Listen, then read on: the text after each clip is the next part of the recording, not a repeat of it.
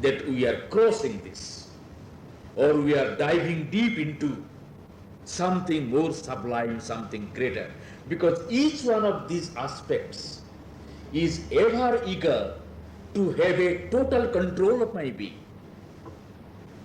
In every human being, one of these four aspects dominates. There are people who do not bother at all about anything mental. Physical welfare, if good sleep, good food, and pure crude physical satisfactions are available to them, enough. Once in a while, maybe a little worry about something or a little reflection about something else, but because everybody has all other faculties too, but in this category of people, it is the physical part which dominates. You know, there are intellectuals who do not care for their physical being at all. They go on concentrating along the particular path of exploration they have chosen. Well, at the neglect of their emotions, they do not care for their child, their wife, or if it is a lady, for her husband or her children. Now, emotionally they get dried up. Mind is dominating. There are people who are over emotional, always sentimental, touchy, and the moment they are inspired to do something, they go on working like a machine. It is the vital part, the emotion which is dominating in such a being. There are seers and sages, they have forgotten their life, their body, the intellectual exercise, emotions deeply concentrated on their inner soul. Well, dominated by their soul principle. Now, although every human being has all these four aspects, in every individual, one of the aspects generally dominate, but there are always people in whom there is an attempt, more evolved beings, there is an attempt always by nature, by their own, the demand of their own degree of evolution to bring about a kind of harmony. And in this harmony, body often fails, the physical part often fails, but then some kind of a harmony between the emotion and intellect can be established. And the lucky is he, really, in whose life emotion and intellect themselves have not been sufficient. He is trying to bring out also a little bit of his soul, trying to be guided by the soul, a harmony established among the three faculties of consciousness: mind, emotion, and soul. Whether one has achieved this condition through meditation or not is a different thing. But meditation can help in achieving this condition. And there is nothing more practically useful in our life than a state of harmonious consciousness. Hence, for all practical reasons, I repeat the word, meditation is good for us, for anybody, in whatever condition he is. Because whether he is spiritual or not is a different thing. But this harmony itself is necessary. But only thing is, the little spiritual inclination that is necessary, that has to be there. But again, I make a footnote here. He need not be conscious that it is spiritual. He need not brand it as spiritual. But with an intention of winning a victory in a litigation, I can't meditate. With an intention of getting a promotion in my job, I cannot meditate. Soul would not allow the passage to be cleared unless there is a basic purity in the motive. Well, this is not subject to argument. This is one of the basic principles and facts of that particular law. And that is why always the objective has to be something sublime. If not discovery of God, realization of Brahma, at least realization of my inner self, that is the minimum with which one has to begin meditation. Now, What are the conditions? Are there certain conditions or techniques? Details of techniques are not easily to be, they cannot be easily narrated, or it is not safe also to narrate them. But there are certain broad techniques which anybody can follow. First question comes regarding the place. As often you will come across people saying, I do not have a suitable place for meditation. Undoubtedly, world as it was 50 years ago, it abounded in more suitable situations, environments for meditation. Today, it is a different world. It is really difficult to find a most ideal place for meditation. But we have to remember one thing. Wherever we go, we are not living one particular pattern of our mental activities and having another pattern of mental activities. Wherever we go, the mind follows. The same quality of the mind follows, with which we have to begin the meditation. As the famous parable of Sri Ramakrishna states about, this particular truth. Most of you must have known it. Two friends, one night crossing a river in two boats going in opposite directions. At mid-river, the two friends recognize each other.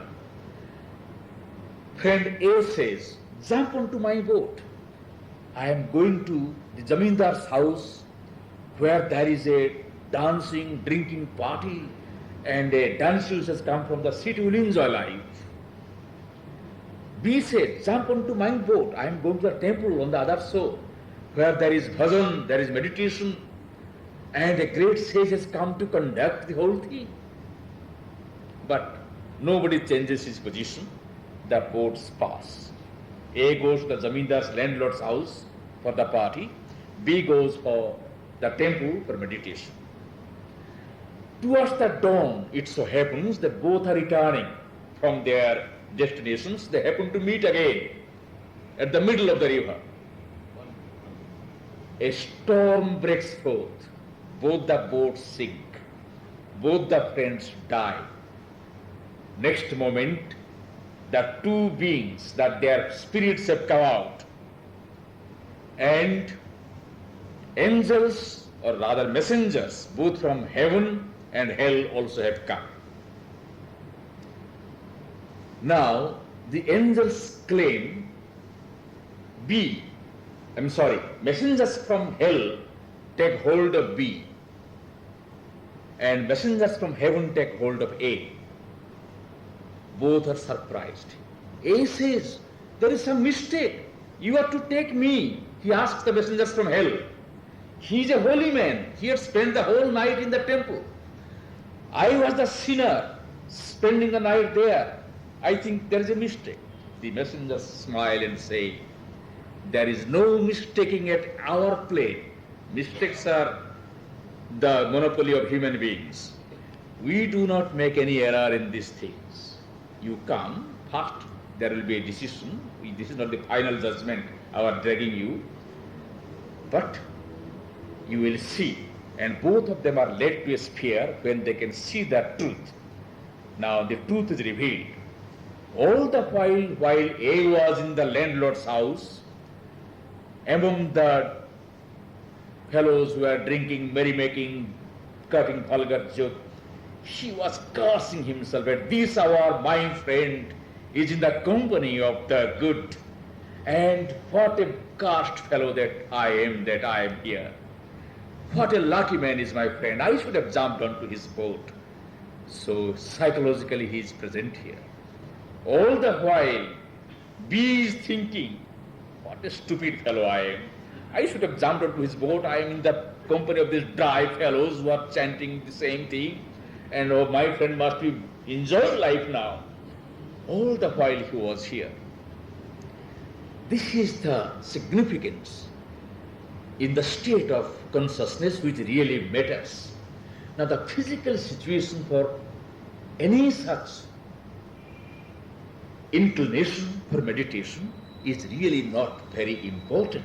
Although if one has an ideal place, our common sense tells us there is no reason why he should not take recourse to that advantage, but that is really not absolutely indispensable.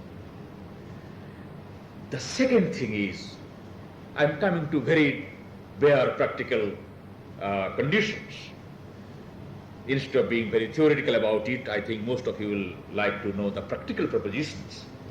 Now, second thing is the posture. Is it necessary that I must have a particular physical posture for meditation? In principle, no. Although many people think in principle it is yes, no. Any posture in which one feels comfortable, one feels at ease, not constrained, is good. In fact, I know people who meditate while walking. I have known also, luckily in my life, people who meditate while lying down. But for us, a comfortable position, sitting position, preferably Padmasana, but those who cannot even do Padmasana, just any asana is good enough, and an erect position, as long as it could be kept, is also good. The third practical and more important thing is the center of meditation. Now, here, the first phase of meditation must be devoted to a very irritating exercise. The moment, and those of you who all meditate, all of you know this, I need not say, and that phase is to gather the fleeting rays of my mind into any particular spot. As it is, we are not conscious of the fact that it is a bazaar or it is some kind of a playground where all the players are running, football playground, running this direction, that direction. That is exactly what happens to human thoughts. Continuously, like the players struggling with one another to gain control over the ball, thoughts struggling against or with one another to have a hold over my being. Every thought, many ideas, each one trying to attract my attention, my energy to it. Now the moment, that is why I sit down for meditation, a situation with which I am or about which I am often not conscious, that becomes in its all bizarre nakedness vivid to me. My Lord, my God. Many people mistake that, well, the moment I sit down to meditation, all sorts of thoughts come. No, all sorts of thoughts are always there. Only because I never try to quieten my mind or sit down for a while, look into the domain of my mind, I did not know how far chaotic and how indisciplined, how mutually contradictory, pulling, struggling they are. It is not that they are beginning only because I am meditating, but just they are being revealed to me. Hence, the first phase of meditation in every individual's life, unless one is born accomplished in meditation and carrying the psychic memory manifesting in this life, the first phase has to be devoted to dispel these thoughts, chaotic thoughts, and to be concentrated at one point of consciousness. Now there are 3 points given by the greatest of authorities on meditation. There is no dispute about these 3 points.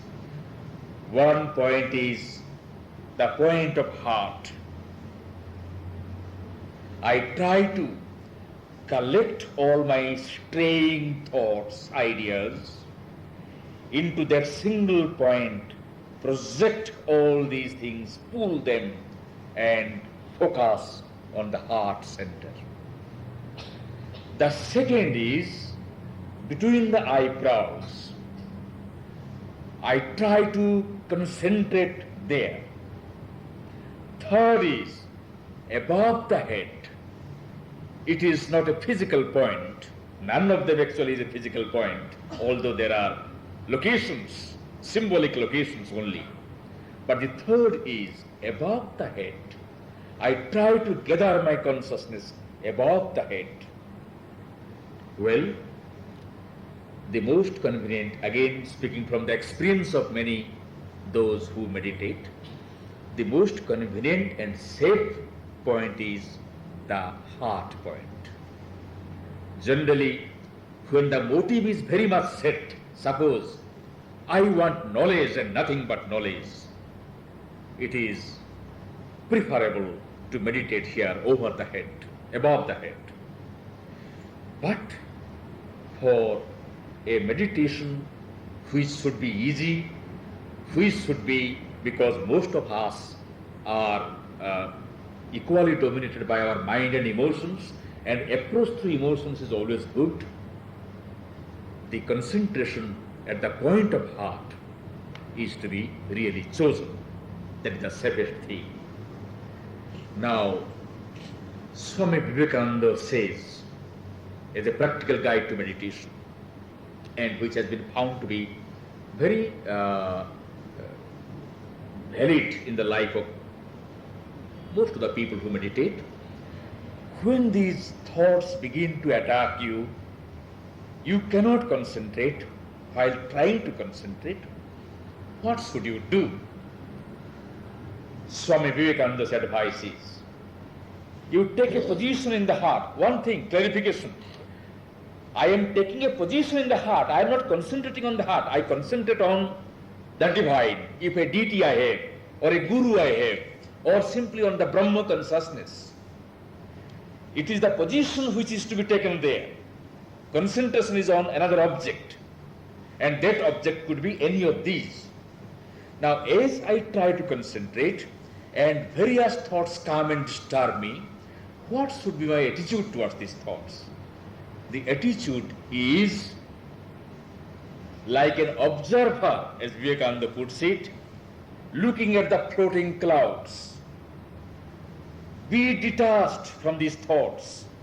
And one thing we have to remember, an occult truth, most of the thoughts which I think to be mine are independently existing ideas. They are vibrations, which is yours, which is hers, which is his, which is also mine. There is nothing as really mine at the realm of exclusively mine or peculiarly mine at these plane of thoughts. And I will see, well, when I get angry, I say I am angry. At that moment I forget 10,000 years ago, also my forefathers were angry. And at this moment also a million people all over the world must be angry for some reason or the other. So anger is a self-existent vibration. It is not exclusive to me. Needless to say, the same holds good for many other ideas and thoughts. So, Swamiji advises just to remain like an observer and let these thoughts cross the horizon of your mind like floating clouds. Be patient. Well, today 5 minutes does not matter, you stop there. 10 minutes, stop there. Well, it is not necessary that meditation has to be a prolonged exercise. Even 5 minutes should be enough for a man who begins the practice or even ends the practice. If one can afford to give 10 minutes, 15 minutes with the intensity, without any forcible exercise, well and good. When it is very natural, spontaneous, you feel the pull and feel like sitting, keeping in the position, keeping yourself in the same position for some time, well and good. But even 5 minutes, even 2 minutes is enough when the intensity has come. Now, that is one of the practical methods of allowing these stray thoughts to pass and to mind become gradually clear. The second is to go on rejecting them, not to allow them to pass even. The moment one thought is creeping in, dispel it and forcibly, with a little bit of force, try to concentrate on the very object, whether it is the master, the mother, the deity, or the Brahma consciousness, or the idea, whatever it is. Now, as one goes on in this process, slowly we find, as the mystics say, the real guide remains hidden within all of us. He takes hold of the whole process. We would not have to depend on any teacher or any book or any principle. Even this much of beginning is enough for the guide from within to come and take hold of the whole process. Now, a vital question with which I would like to conclude, that is this: is meditation indispensable for spiritual life? To some it might come as a jolt. No, not at all. Well, what is necessary for spiritual life is a feeling of closeness with the divine. That closeness might be achieved at any phase of life if I can retain a perpetual remembrance of the divine through my work, through my speech, through my activities. And in fact, some of the great masters of our time tell us it is 100 times better to remember the divine at all throughout the wakeful state of your life than to sit down for half an hour in meditation and to behave like a most ordinary man for the rest of the time of the day and night. We know in the ancient scriptures of great masters of meditation, those who have spent years in meditation, suddenly behaving like most ordinary people in a different set of circumstance, situation. In other words, so far as their meditation was concerned, it covered one aspect of their being, but it had not covered the integral person, the whole being. Sri Aurobindo assures us that meditation is not indispensable. It is helpful if you can do it well and good, but Sri Aurobindo's yoga, which is known as integral yoga, which actually asks man to become spiritually awakened, not only in the realm of his inner soul, but in all parts of his being, prescribes a perpetual type of meditation with which one can go. That is to say, as time comes when one sees, one understands it through experience, that in one part of his being he remains perpetually meditated. It is not absolutely necessary for him then to allocate a particular portion of the daytime for this discipline, because meditation becomes an established state of his consciousness, embracing a particular area of his being. With the rest of the area, he can communicate with the world just like any other intelligent, normal human being. But inwardly, he remains meditative throughout, and that is the most ideal state to be achieved. But again I say, you all remember one story of Leo Tolstoy. It is not his story, a folk tale retold by him. 3 hermits. One, a missionary priest sailing by a small island, is informed of the fact that on an isolated little island there are 3 hermits who have been there for many years.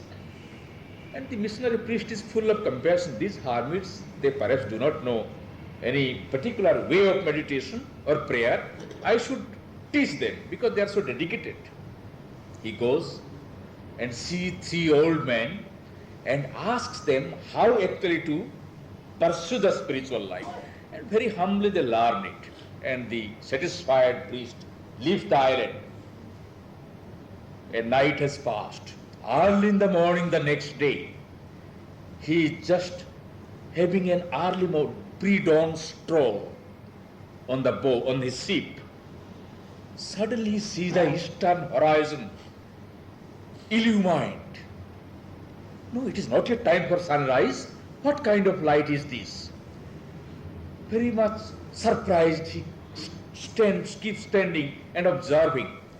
Out of that light, he sees three dark specks appearing, three dots. By and by, he sees to his utter horror and bewilderment, three human forms becoming prominent. He keeps standing and recognizes the three hermits running towards him on the waters. In 2 minutes' time, they are close by, and they ask him, "Excuse me, we forgot what you said. Will you kindly say again?" The missionary priest says, "Please, you don't need anything." Very quietly, they go back again, running on the water to their own island. Now, the message of the story is they have been much greater realized soul with control over all the elements long before they have known the principles of meditation. Now, really speaking, there are many people who do not even know how to meditate. They are bhaktas par excellence, spiritually awakened people par excellence. They might have, through other ways, through the very innate shraddha within, the sincerity within, they might have achieved what many others might not even achieve through meditation. So, why I say this with so much emphasis? Because there is a danger of when I fail in meditation to come to the conclusion that I am good for nothing so far as spirituality is concerned. That must not be so. If I try for meditation, it is to facilitate a certain process of my inner living. If I don't succeed there, well, for me, for the typical type of constitution that I am, meditation perhaps is not necessary. All that is important is my sincerity for leading the inner life. And in many other ways, the providence has many ways to open up. And through any of the other ways, the light might come to me too. I think I have spoken exactly for an hour, and this is a very preliminary introduction to the thing, but I thought it is good that I don't go into theories, because theories you can read any moment. I rather concentrate on a little bit of the practical conditions of meditation, and thank you very much. Couple of questions. You would like to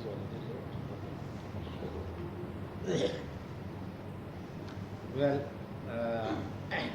Manoj has given a very lucid talk on a very profound subject, but he has touched the subject in multifarious ways. Some of the concepts which we had, I think what I had, he had given light on that also, and to some of us also it is a good revelation that the meditation is not the only way. If it suits us, it's well and good. Further, that the time limit or the time being given, which may be, as he says, that you concentrate or meditate for a little while or for a long while, but it all depends upon your attitude. And there is a very good small booklet which has been compiled by one of the sadhaks in the ashram, and it is on meditation. And since I was coming here and I knew that I have to sit in this chair, so I glanced through it also because I had read it before. So that would be a very good reading. It is by Pavitra. You are referring to Pavitra? No, I am referring about Pavitra. Pavitra. Is a very good, is a very small booklet, and Vijay has written on meditation about extracts from. Oh, that is compilation. Compilation. So these two booklets are very good. Perhaps you can find out in your own self that whether you are suited for meditation or for bhakti or for any other way. The final aim is that to know ourselves and to know through ourselves the divine. Well, Manoj has very nicely put it before us, but I all the time felt that it was on a not on a very high profound base, but on a introductory way. But I think it should be like that in the beginning. Perhaps when he comes again, and we have started as he has started the story, that we should start meditating before accepting more from him in the next talk. I on all on behalf of all of you and myself, I thank him very much, and we expect that in the next trip when he comes back to Singapore, which he has to come, that he will give us more illumination on the teachings of Sri Aurobindo and the Mother on either meditation or any other subject.